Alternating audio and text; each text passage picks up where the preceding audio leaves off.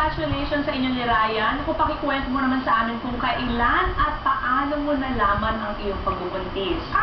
Nag-ultrasound kasi kami kanina, nag-check up kami. So, yun na nga, though nag-pregnancy test kami, nag-positive, pero we didn't want to announce it first kasi sabi din ng OB, hindi pa naman din, wala pa kasing heartbeat. So, mahirap namang mag-announce tapos hindi naman pala, di ba? So, inintay muna namin yung talagang dapat tuloy na to para pag nag-announce kami, yung sigurado talaga. Hindi naman, di ba? Hindi naman kami bibigyan ng false hope sa tao. Anong unang reaction ni Ryan? Siyempre natuwa. Siyempre natuwa.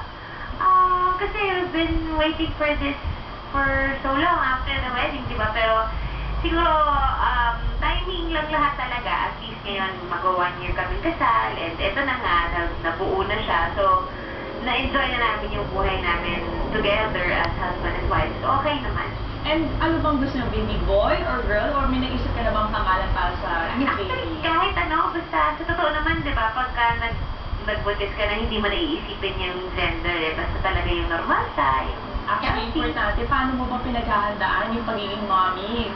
Ini-enjoy ko lang. Wala pa masyadong paghahanda. Ini-enjoy ko lang. Pero, ngayon, baka slow down lang ako sa trabaho kasi ang sabi din ng doktor, medyo dapat extra careful. So, mapapawasan lalo yung trabaho ko lately kasi naglalagay ako ng 2 pelikula ngayon eh.